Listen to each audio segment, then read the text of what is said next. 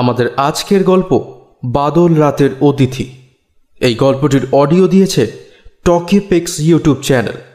Sound এডিটিংয়ে Michael Rony Mallick এবং গল্প পাঠে শ্রী পল্লব গায়েন ফ্রম টকিপিক্স। আমাদের চ্যানেলটি সাবস্ক্রাইব করে আমাদের পাশে থাকুন।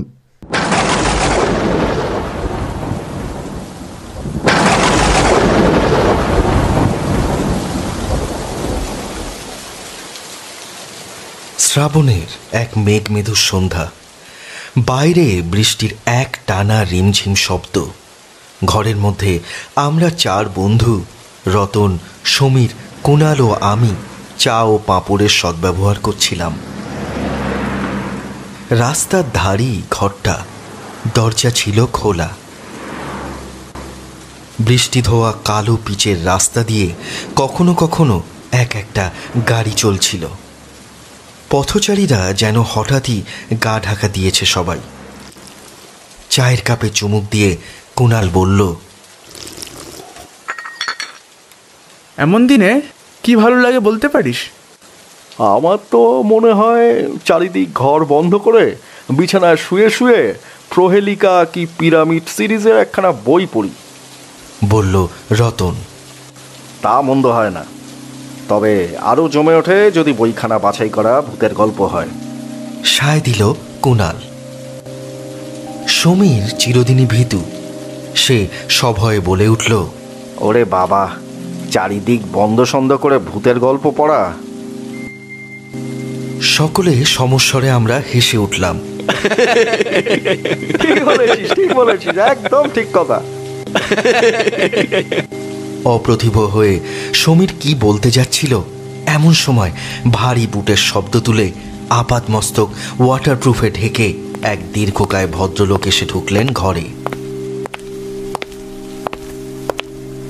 এ কি ডক্টর পাইন যে, আপনি কবে এলেন? সমীর প্রায় চিৎকার করে উঠল। হ্যাঁ, আমি। গা থেকে ওয়াটারপ্রুফটা খুলতে খুলতে বললেন সেই আগন্তুক, তারপর সব ভালো তো? প্রবীর কোথায়? দাদা তো ফেরেনি এখনো। আপনি বসুন। কবে এলেন জব্বলপুর থেকে? হ্যাঁ, আজই এসেছি। এরা তোমার সব বন্ধু বুঝি? তা কলেজ না চাকরি বাকরিতেও ঢুকেছ? সমীরের কাছেই ডক্টর অরবিন্দ পাইনের নাম শুনেছিলাম আমরা। সমীরের দাদাও ডাক্তার, দুজনে একসঙ্গে ডাক্তারি পাশ করেছিলেন। মিলিটারিতে চাকরি নিয়ে ডক্টর পাইন জব্বলপুরে চলে যান। পরে শুনেছিলাম তিনি চাকরি ছেড়ে ওখানে প্র্যাকটিস করছেন, ভালো সার্জন হিসাবেও নাম করেছেন। এসব সমীরই বলেছিল আমাদের। তা কি গল্প হচ্ছিল তোমাদের? ডক্টর পাইন বললেন। আগে ভূতের গল্প। আমি বললাম। ভূতের গল্প?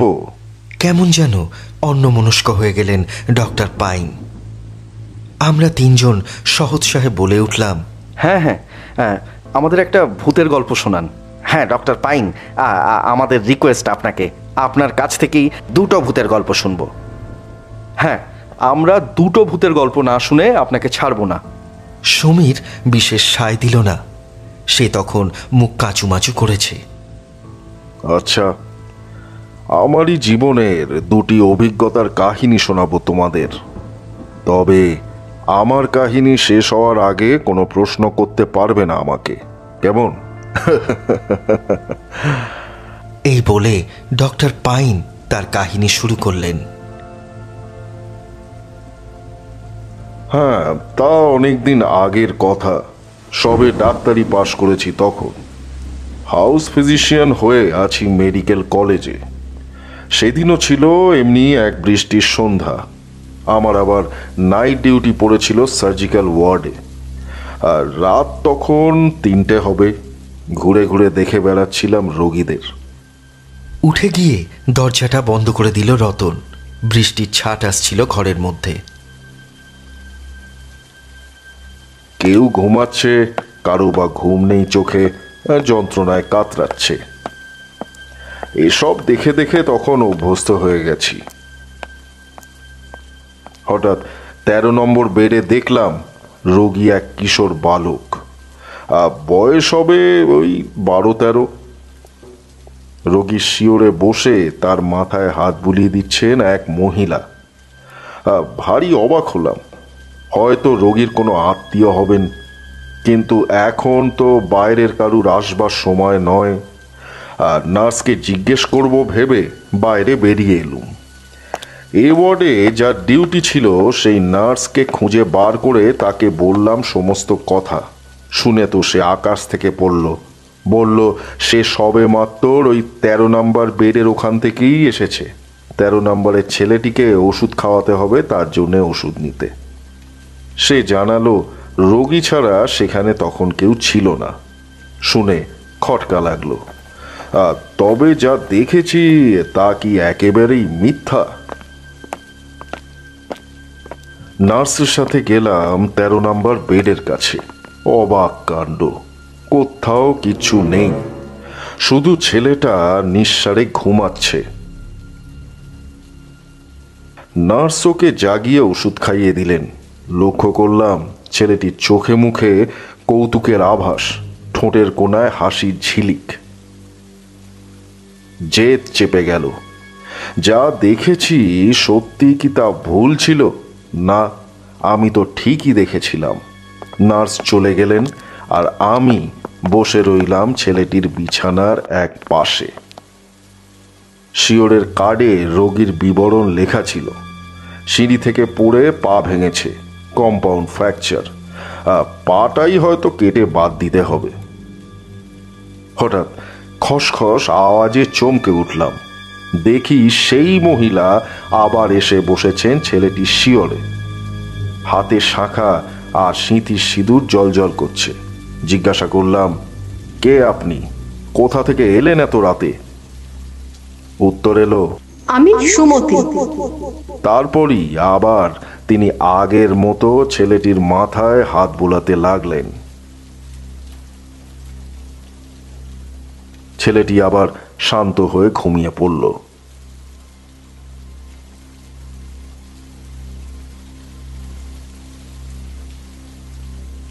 আমি আর কোনো কথা না বলে ইনডোর সার্জনকে ডেকে নিয়ে এলাম। ফিরে এসে কিন্তু সেই মহিলাকে আর দেখতে পেলাম না। বিস্মিত সার্জেন তে মন্তব্য করলেন, ডক্টর পাইন, আপনি কদিন একটু রেস্ট নিন, আপনার রেস্টের প্রয়োজন আছে। মেডিকেল কলেজের আমি মরা কাটা ডাক্তার। রাতের পর রাত মরার সাথেই কাটিয়েছি। ভয় ডর বলে আমার কিছু ছিল না, কিন্তু আজ স্বীকার করতে লজ্জা নেই, সত্যি সেদিন আমি ভয় পেয়েছিলাম। রাতটা কাটলো কোনো রকমে, আর সেই মহিলাকে আর দেখতে পেলাম না। সকালে ডিউটি অফ হয়ে গেলেও আমি চলে গেলাম না। আমার কৌতূহল তখন চরম হয়ে উঠেছিল। প্রায় 8টার সময় 13 নম্বর বেডের ছেলেটিকে দেখতে এলেন এক ভদ্রলোক। শুনলাম ছেলেটির বাবা তিনি। তাকে নিভৃতে ডেকে নিয়ে এলাম বিশেষ দরকারের অছিলায়। তার জিজ্ঞাসু চোখের দিকে চেয়ে সরাসরি প্রশ্ন করলাম, সুমতি কে? তিনি কোথায় এখন? বিস্মিত হয়ে জানতে চাইলাম। চমকে উঠলেন ভদ্রলোক। সুমতি আমার স্ত্রীর নাম। আপনি আপনি কেমন করে জানলেন? আজ 1 বছর হলো সে মারা গেছে। শেষের দিকে তার গলাটা ভারী হয়ে গেল। ভদ্রলোককে গত রাতে সমস্ত ইতিহাস শোনালাম। নীরবে শুনে গেলেন তিনি। শেষে বললেন, ওই আমাদের একমাত্র ছেলে, আর সুমতি ওকে বড়ই ভালোবাসত। স্নেহের টানেই পীড়িত সন্তানের শয্যাপাশে বিদেহী জননীর আবির্ভাব ঘটেছিল সেই রাতে। পরে আমি এই সম্বন্ধে 2-1 প্রবীণ ডাক্তারের সাথেও আলোচনা করেছিলাম। তারাও আমাকে সমর্থন করেছিলেন।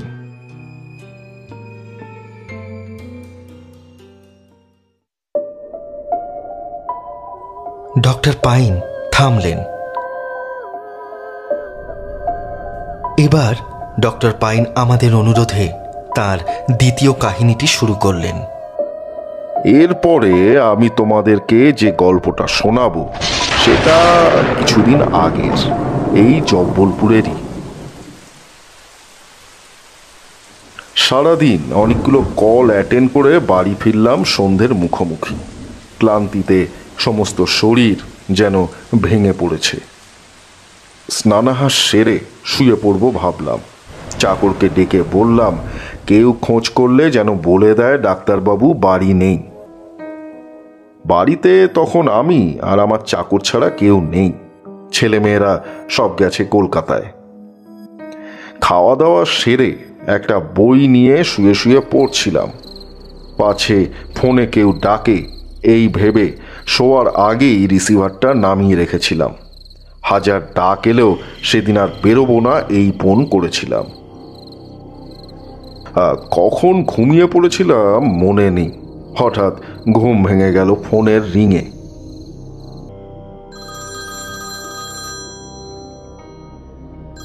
ঘরের আলোটা জ্বলছিল। ঘড়িতে দেখলাম রাত 12টা বাজে প্রায়। ফোনটা তখনও আর্তনাদ করছে। আশ্চর্য হয়ে গেলাম। রিসিভারটা যথাস্থানে বসানো, কিন্তু ওটা তো আমি শোয়ার আগে নামিয়ে রেখেছিলাম। তুলল কে তবে? দরজা বন্ধ, কারুর আসবারও সম্ভাবনা নেই। অনেক ভেবে কোনো কিনারা করতে পারলাম না। ব্যাপারটা চুকিয়ে ফেলার জন্যে উঠলাম, গিয়ে ফোনটা ধরলাম। ঠিক যা ভেবেছি তাই, কল এসেছে। আমাকে যেতে হবে মদনমহল। এখান থেকে পাক্কা 6 মাইলের রাস্তা। কে এক বিরিজলাল শেঠের বাড়ি, তার নাকি শক্ত ব্যারাম। রাস্তার নির্দেশ ফোনে পেয়ে গেলাম। যাবার ইচ্ছা ছিল না একদম, কিন্তু কোনো এক অদৃশ্য শক্তি যেন আমার মনকে কেবলই ওদিকে টানতে লাগলো। শুয়ে থাকতে অস্বস্তি লাগছিল, ঘুমও এলো না। শেষে আর থাকতে না পেরে উঠে পড়লাম। শিবু, শিবু, মোহনকে বল গাড়ি বার করতে। চাকরটাকে ডেকে ড্রাইভারকে গাড়ি বার করবার জন্য বলে দিলাম, আর হাতের কাছে যা পেলাম মোটামুটি তাই পড়ে নেমে আসলাম। এত রাতে অত দূরে যেতে ড্রাইভার মোহন সিংয়েরও বিশেষ ইচ্ছা নেই দেখলাম। যাই হোক, তাকে বুঝিয়ে সুঝিয়ে বেরিয়ে পড়া গেল।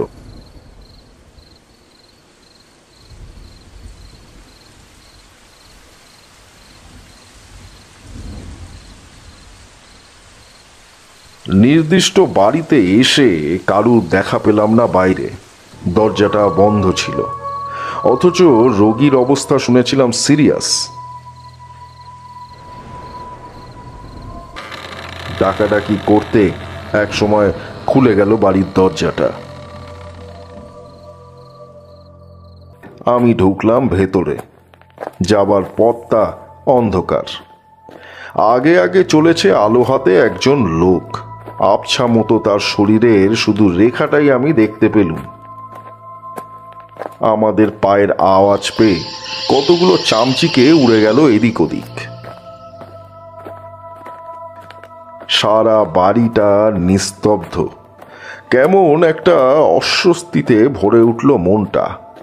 অবশেষে একটা ঘরের মধ্যে আলোকধারী লোকটি অদৃশ্য হয়ে গেল। তাকে অনুসরণ করে আমিও ঢুকে পড়লাম ঘরে। একটা মিটমিটে প্রদীপ জ্বলছিল ঘরে। পাশের দরজাটা দিয়েই বোধহয় আগের লোকটি আমাকে পৌঁছে দিয়ে বেরিয়ে গেছে। সামনেই একটা দড়ির খাটিয়াতে আপাদ মস্তক চাদর মুড়ি দিয়ে শুয়ে আছে একজন। অনুমান করলাম ইনি হয়তো রোগী। জিজ্ঞাসা করলাম, কি হয়েছে বলুন। কে? ডাক্তার বাবু এসেছেন আপনি? বড় কষ্ট। আজ কতদিন হয়ে গেল বাইরের আলো দেখিনি। সবাই আমাকে ছেড়ে পালিয়ে গেছে। বহুত মেহরবানি আপনার। চমকে উঠলাম, এ কে? এরকম অমানসিক গলার স্বর কোনোদিন তো শুনিনি। মুখ ঢাকা ছিল বলে তার মুখটাও দেখতে পাচ্ছিলাম না। মনে হচ্ছে কে যেন কত দূর থেকে কথা বলছে। বললাম, দেখি আপনার হাতটা। প্রত্যুত্তরে সে তার একখানি হাত চাদরের তলা থেকে বার করে দিল। শীর্ণ এক কঙ্কালের হাত, মাংসের ছিটে ফোটাও নেই কোনোখানে। ভয়ে আমার শরীরের রক্ত যেন হিম হয়ে গেল। মনে হলো যেন বুকের স্পন্দন থেমে যাবে এখনই। হঠাৎ চিমসে এক দুর্গন্ধে ভরে গেল ঘরটা। তাকিয়ে দেখি চাদর সরিয়ে একটা কঙ্কাল উঠে বসেছে। বিকশিত হয়ে আছে তার দাঁতের দুপাটি, আর বেরিয়ে এসছে তার বিভৎস দুপাটি দাঁত। শুধু জল জল করছে কোটরের ভেতরে দুটো হিংস্র চোখ। কি ডাক্তার বাবু, ভয় পেয়ে গেছেন আপনি? আজ কতদিন হয়ে গেল এমনি করেই পড়ে আছি। আমার নিজের লোক আমাকে বিষ খাইয়েছে। বাড়ি বন্ধ করে তারা পালিয়ে গেছে।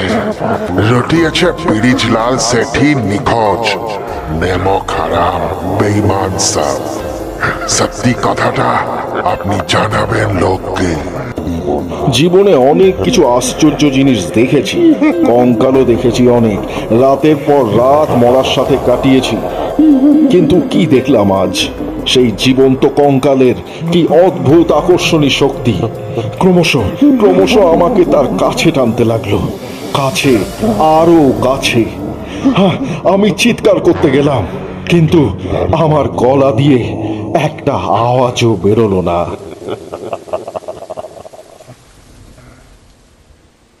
এই বলে ডক্টর পাইন এবার থামলেন। আমরা রুদ্ধশ্বাসে শুনছিলাম। ডক্টর পাইন চুপ করতেই আমাদের সম্বিত ফিরে এলো। প্রশ্ন করলাম, তারপর? হঠাৎ কর্কর শব্দে কোথায় বাজ পড়ল।